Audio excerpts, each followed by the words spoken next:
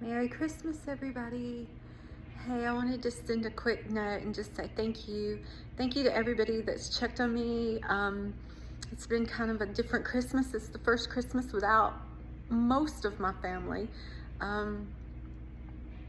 Mom, Dad, stepdad, Papa John, Uncle Jimmy. It was all the people that had a significant role in my life growing up that when you think back on the memories of the ones that really loved you, really made an impact on your life significantly, they're gone, all of them. And it's being the oldest in my family. I feel kind of this sense of responsibility to, well, keep things going. Unfortunately, growing up, well, let me back up. Fortunately, growing up on both sides of my family was still family, and people came together and they were close, and we had Christmases and Thanksgivings, and family that just got together just to get together, and the kids played in the hallway floor, or going on my dad's side of the family, going to my great-grandmother's. I was a 5th generation baby, and I knew all 5 generations. And just recently, when we were studying that, found out that in the 5 generations, there's only one guy in the picture, and it was my dad. All the rest of us were women or girls. And more interestingly, all of us were the firstborns. My dad was the firstborn, his mother was the firstborn, her mother was the firstborn, and her mother was the firstborn. And I was the 5th generation, and I was the firstborn. So that was kind of cool, you know, to have that many generations still living and all of us be the firstborns. So we were all the oldest. That was kind of cool. But anyway, that was just a little history lesson. I have learned in talking with my cousins and some of the younger generations that are still living, it's interesting, my knowledge, and I've learned that, God, when we start telling stories, even at my dad's funeral, I walked in and immediately all these people came to me and like, Chrissy, oh my gosh, who is it?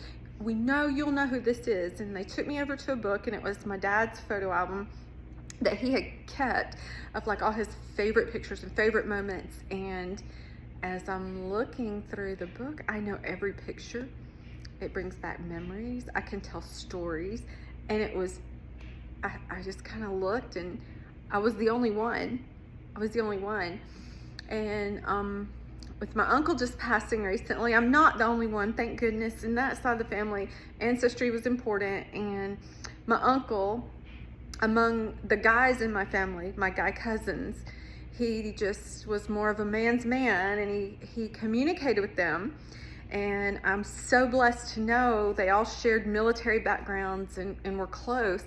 And any questions between me being there personally and living this life and being a part of the family and being the oldest, and then them being the guys, and a couple of them were kind of close to my age, we're able to kind of carry that on. And so right now we're just in that place of trying to grow the family back together, mend, and show the importance. And I don't know, is that a lost thing? Is that things of the past?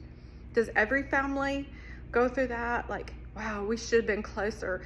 We should have been keeping this together and keeping it going even after the grandparents have passed. You know, should we?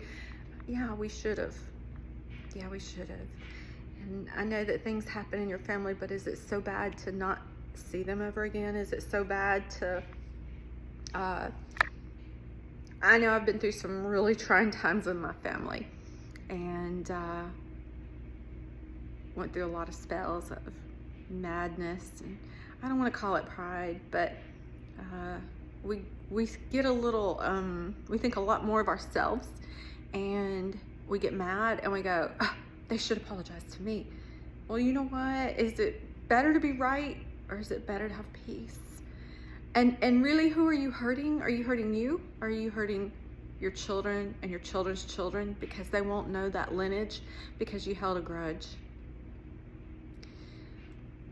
All I can say is that the memories that my cousins and I have from being a child, and the bond and the closeness, whether we had nothing at all and made up everything playing, or we had money out the wazoo and had all the best toys. And I mean, look at it now. You can buy a baby all the best toys and all they want is a box. So it just goes to prove that in the purest of feelings and love and things don't matter. How you feel matters. How you make people feel. The things that bring you joy. And how can you know what that is if you won't go around? If you deprive your children of knowing that. One thing I can honestly say is my girls, my daughters, even though their dad and I divorced kind of at a young age for them, I never kept them away from any one person that loved them. Because even though maybe I didn't get along with dad, or dad and I couldn't, our dynamics just didn't work together in a marriage situation, it didn't mean that he didn't love them. It didn't mean that they didn't deserve to have a dad in their life, their dad, their blood, the persons that they resonate with the most, that will love them no matter. And I just always think, who are we to take that away from any one person in our family? Just because you have an issue with one person doesn't mean that they're going to have an issue with them. Doesn't mean that they don't have something that will contribute and resonate. Have you ever had children in your family and you go, wow, they must have skipped a generation. They're more like grandma than they are mom? Point made. Point made.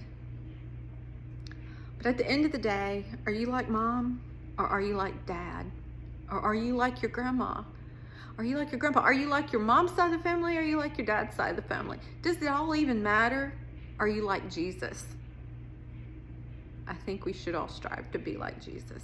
I think we should all strive to take the high road, be the bigger person. Let God fight our battles. Rely on Him. They say that relying on Him takes faith. As long as you have faith the size of a mustard seed.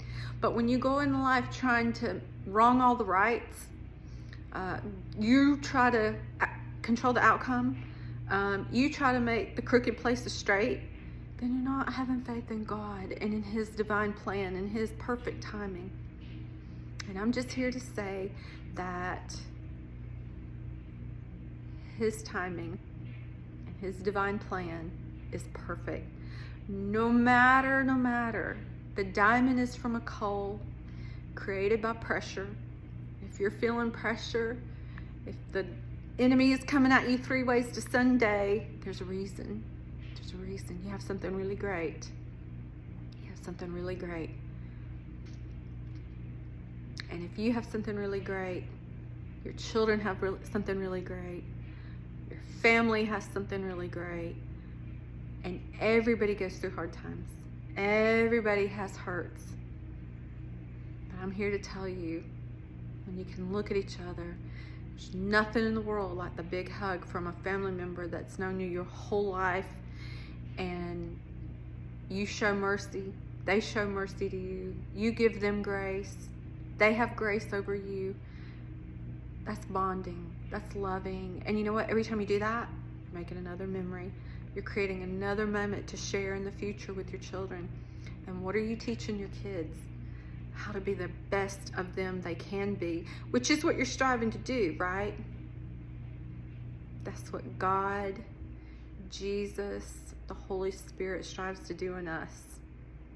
I just again want to say thank you so much for reaching out to me and all the love. I feel it. I feel it in my heart, and I'm so thankful and so grateful. Merry Christmas and have a Happy New Year.